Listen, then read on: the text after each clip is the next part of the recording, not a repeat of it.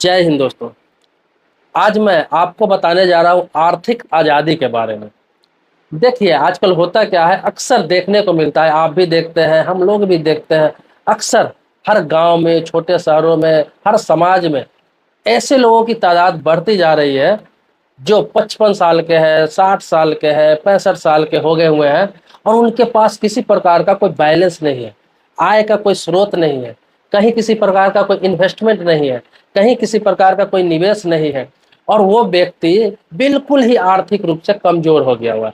वो पूरे के पूरे निर्भर इस पे रहता है कि अपने बच्चों पे निर्भर रहता है कि बच्चे पैसे देंगे तो मैं चाय पीने के लिए होटल में जाऊंगा, बच्चे से पैसे मांग के वो खैनी खाएगा, बच्चे से ही पैसे मांग के उसको किसी चीज़ की ज़रूरत पड़ेगी तो वो करेगा, बच्चे से ही पैसे मांग के वो कपड़ा खरीदेगा, किसी प्रकार की उसको ज़रूरत पड़ता है, चाहे कुछ खरीदना हो, कुछ पहनना हो, कहीं कुछ होटल में खाना हो, कहीं जाना हो, एक एक कदम चलने के लिए उसे अपने बच्चों पर निर्भर रहना पड़ता है और अपने बेटों पर निर्भर रहना पड़ता है।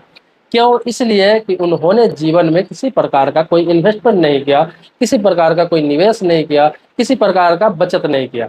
अब यहाँ पे सवाल ये उठता है, बहुत सारे लोग ये कहेंगे कि वो तो कमाते हैं, मजदूर लोग हैं, जो कम कमाने वाले लोग हैं, जैसे मजदूर है, कंस्ट्रक्शन मजदूर है, किसान है, सब्जी बेचने वाले, ठेला लगाने वाले, कपड़े का रेडी लगाने वाले, मतलब छोटा मोटा काम करने वाले, बहुत से छोटे मोटे जो काम करते हैं या फिर छोटे मोटे दुकान चलाने वाले, तो वो लोग कम कमाते हैं, जितना ही कमाते हैं जितना भी घर चला पाते हैं। तो इन्वेस्टमेंट कहाँ से करेंगे, पैसा कहाँ से बचाएंगे, पैसा कहाँ से जमा करेंगे कि लास्ट समय में काम आए? ऐसा तो होता ही नहीं है, पैसा उनके पास बचता ही नहीं है।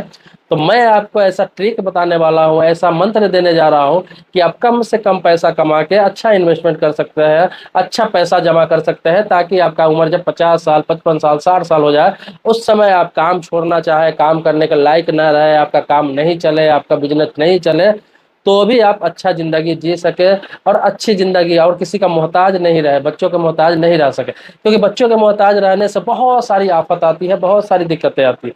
दिक्कतें क्या आती है? जब बच्चों की शादी हो जाती है तो होता क्या है, जब शादी उसकी हो गई, जब आपकी घर में आपकी बहू आ गई, तो होता क्या है, कभी कभी बच्चे बदल जाते हैं या फिर वो इतना जिम्मेवारी उसके पास आ जाता है, उनके भी बच्चे हो जाते हैं, उसका पढ़ाई लिखाई देखना भालना, तो उनका मजबूरी हो जाता है कि अपने पिता से माता से मुंह नहीं मोड़ते हैं, मुंह ना भी मोड़ते हैं तो ध्यान देना बंद कर देते हैं। उनके पास उतना टाइम ही नहीं रहता है, काम भी देखना होता है, बच्चों को भी देखना होता है, पत्नी को भी देखना होता है। और कभी कभी ऐसे परिस्थिति आती है कि पत्नी अच्छी नहीं मिलती है तो घर बिखर जाता है, उस परिस्थिति में भी माँ बाप को छोड़ना पड़ता है। तो माँ बाप को इतना मजबूत पहले से ही रहना चाहिए ताकि बच्चों से कभी भी आसरा नहीं लगाए, बच्चों का पैसा लेने का नौबत नहीं आए, बच्चे दे अथवा ना दे ऐसा कभी नौबत नहीं आए। तो आगे बढ़ने से पहले रिक्वेस्ट करूंगा, वीडियो को लाइक करिए, मन में कोई सवाल प्रश्न आएगा तो कमेंट बॉक्स में आप जरूर लिखेंगे, मैं उस टॉपिक पर ही वीडियो बनाऊंगा। आता हूँ सीधे टॉपिक पर आता हूँ। इतने देर से जो बता रहा था आपको, अब उसका हल बताता हूँ। ये तो आपने सवाल सुना, ये आपने सुना कि ऐसा होता है, ऐसा क्यों नहीं होना चाहिए, या फिर ऐसा होता क्यों है। अब मैं हल हल इसका बताता हूँ। देखिए आप कितना भी कम कमाते हैं, कितना भी कम कमाते हैं, उससे मतलब नहीं है। आपको क्या है कि एक फंड बनाना चाहिए आपको। आप जीवन में, आपका उम्र अगर 30 साल का है, 35 साल का है, 40 साल का है, 25 साल का है, कम उम्र में ही है, तो एक फंड बना कर रखिए आप। आपके भले ही बच्चे हैं, जिम्मेवारी है, आप कम कमाते हैं, उसी में घर बनाते हैं, लेकिन एक छोटा फंड बना के रखिए। जैसे इस तरह से कि आप महीने का 10,000 रुपया ही कमाते हैं, 12,000 ही कमाते हैं, 15,000 ही कमाते हैं, आपको लगता है कि मैं घर चलाता हूँ, बचता नहीं मेरे पास, तो आपको एक फंड बनाना चाहिए कि आपको ये सोच के चलना चाहिए कि आप अगर 15,000 रुपया कमाते हैं तो आप ये सोच के चलिए कि मैं 13,000 ही कमाता हूँ।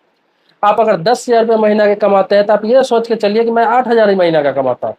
और इस तरह से एक फंड बना लीजिए, 2,000 महीने का या 3,000 महीने का या 1,000 ही महीने का रुपया का एक फंड बना लीजिए कि उस पैसे से मुझे कुछ मतलब ही नहीं है। आप सोचिए ये पैसा मैं कमा ही नहीं रहा, और उस पैसे को हर महीने या तो SIP कर लीजिए, जिसे सिस्टमैटिक इन्वेस्टमेंट प्लान कहते हैं। वो आप 10 साल के लिए, 15 साल के लिए, 20 साल के लिए आप लॉन्ग टर्म के लिए एक इन्वेस्टमेंट रखिए हर महीने का।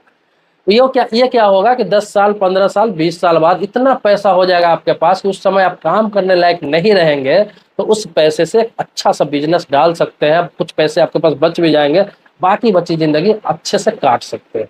इसके अलावा मैं आपको बता दूं, दूसरा इन्वेस्टमेंट आप बीमा कराकर जरूर रखिए, जिसे हम लाइफ इंश्योरेंस करते हैं। लाइफ इंश्योरेंस करा के रखिए।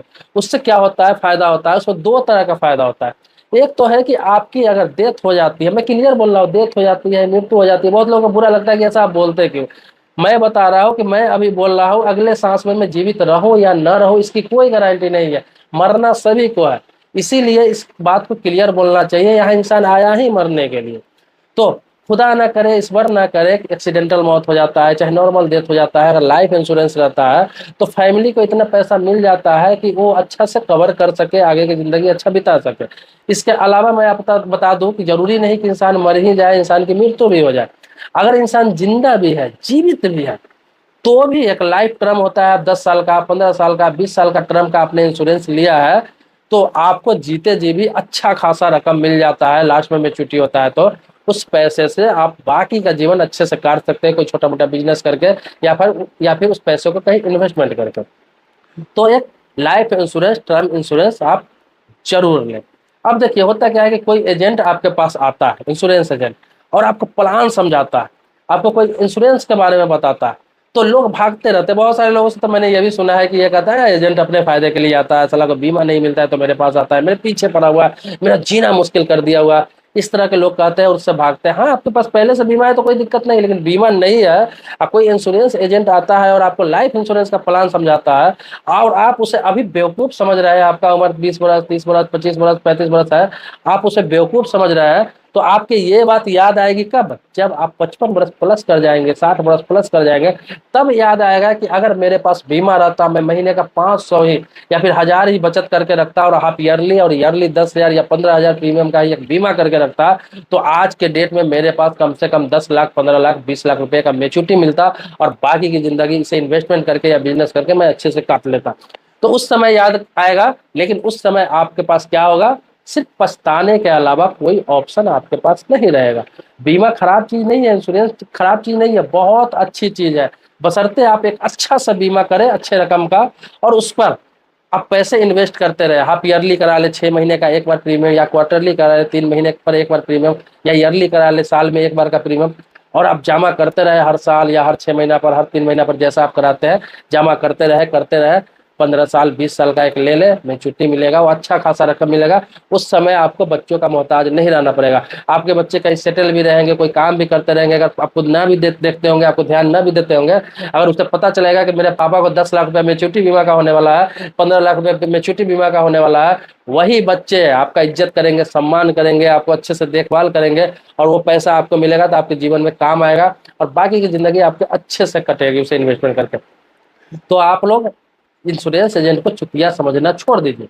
इंश्योरेंस एजेंट को लोग मजाक उड़ाता है, चुतिया समझता है, लेकिन मैं आपको बता दूं, जो इंश्योरेंस एजेंट होता है, न जाने कितने लोगों को बेइज्जती से, बुरे हालातों से बचाता है। उस समय उसे बुरा लगता है, लेकिन 15 साल, 20 साल बाद जब पैसा मिलता है तो उसे लगता है कि मैंने ये किया हुआ था तभी तो मिला, अगर नहीं कर किया रहता तो क्या मुझे मिलता। इसके अलावा इन्वेस्टमेंट बताता हूँ, इसके अलावा आप पोस्ट ऑफिस में इन्वेस्ट कर सकते हैं। उसमें भी महीने का 500, 1000, 2000 का आप महीने का एक अकाउंट खोल सकते हैं, जिसे आरडी कहते हैं, रेकरिंग डिपॉजिट। उसमें 5 साल, 10 साल, 15 साल, 20 साल के लिए भी उसमें आता है रेकरिंग डिपॉजिट, जिसमें अच्छा खासा इंटरेस्ट मिलता है, जिसमें आपको 6%, 7%, 8% तक इंटरेस्ट मिलता है एनुअल, और अच्छा खासा रकम हो जाता है कंबाइंड होकर 10 साल, 15 साल, 20 साल में, और बहुत अच्छा खासा रकम आपको मिलता है। तो इसके अलावा मैं आपको बता दूं, इन्वेस्टमेंट का गोल्ड हो गया। गोल्ड में जैसे सोना आपने खरीद लिया, आपके पास पैसा है, आप 1000, 2000, 3000, 4000 महीने का आप जमा कर रहे हैं, आप चाहते हैं कि गोल्ड में इन्वेस्ट ना करें, मुझे जानकारी नहीं है, क्योंकि आप जानते हैं कि मेरे ज़्यादातर सब्सक्राइबर आम लोग हैं, आम आदमी लोग हैं, जिन्हें ज़्यादा ऑनलाइन कुछ जानकारी नहीं होता है, नहीं रहता। बहुत लोग कहते हैं कि भाई मुझे ऑनलाइन ज़्यादा जानकारी नहीं। तो ये जितने भी चीज़ें मैंने बताई वो ऑफलाइन बताई, आप किसी के द्वारा कर सकते हैं, और गारंटी सिक्योर है ये सब चीज़। इसके अलावा आप गोल्ड खरीद सकते हैं। आप जैसे महीना का आप 2000 ही जमा कर रहे हैं, साल में आपको 24,000, 25,000 रुपये आपके पास जमा हो जा रहा है। एक बार 24-25 हजार रुपये का आप गोल्ड ले लीजिए, कोई जेवर ले लीजिए, कोई गहना ले लीजिए, या फिर गोल्ड का कोई चीज़ ले लीजिए, और वो जो गोल्ड खरीदेंगे ये बहुत ही काम आएगा आपको भविष्य में। क्योंकि एक एग्जाम्पल आपको बता रहा हूँ कि अभी 5 साल पहले, मात्र 5 साल पहले की बात बता रहा हूँ, गोल्ड जो सोना का कीमत था, वो मात्र और मात्र, आप देख लेंगे, ऑनलाइन भी चेक करेंगे, तो आपका 25 से 30 हजार रुपया 10 ग्राम का कीमत था। मतलब तोला 25 से 30 हजार रुपया के बीच था। 25,000, 26,000, 27,000, 28,000, यही तोला था।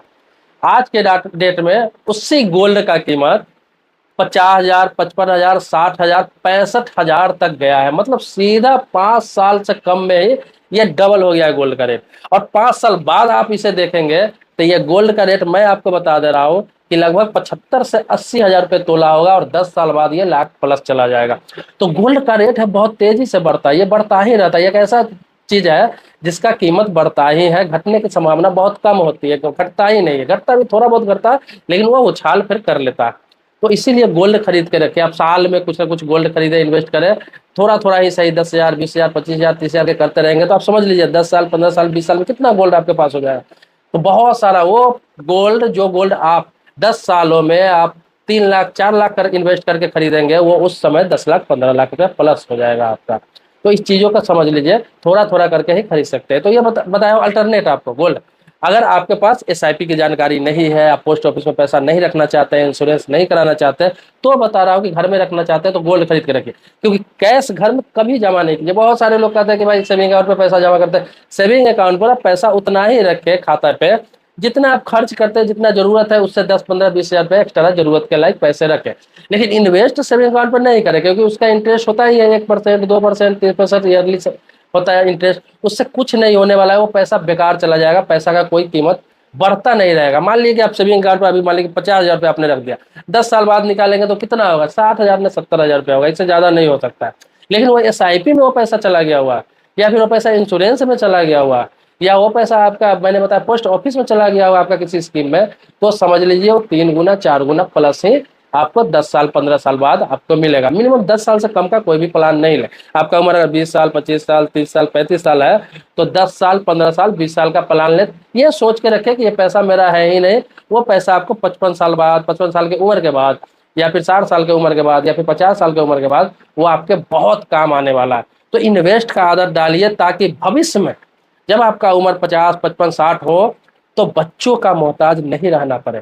आपके बच्चे मान लिया आप उसको पढ़ाए लिखाए या फिर नहीं ही पढ़ पाया, कोई काम कर रहा है, कोई जॉब कर रहा है, कहीं बाहर जाकर सेटल हो गया हुआ, आपको टेंशन होगा ही नहीं। आप सोचेंगे चलो मैंने, मेरा फर्ज था, मैंने उसे जन्म दिया, मैंने पढ़ाया लिखाया, उसको जिम्मेदार नागरिक बना दिया, वो गया अपना बच्चे देख रहा है, अपने फैमिली देख रहा है। अगर पैसा उससे ज़्यादा हो रहा था आपको भी दे रहा है, नहीं भी दे रहा है तो आपको ये टेंशन नहीं रहेगा कि बच्चा देगा तभी मैं कोई चीज़ करूंगा, बच्चा देगा तभी मैं कहीं घूमने जाऊंगा, बच्चे देगा तभी मैं कपड़े खरीदूंगा, बच्चे देगा पैसा तभी मैं जूता खरीदूंगा। अब चाय पीने के लिए, कहीं कहीं नाश्ता होटल में करने के लिए, किसी चीज़ की जरूरत, छोटे छोटे चीज़ों के लिए बच्चे का मोहताज नहीं करना रहना पड़ेगा।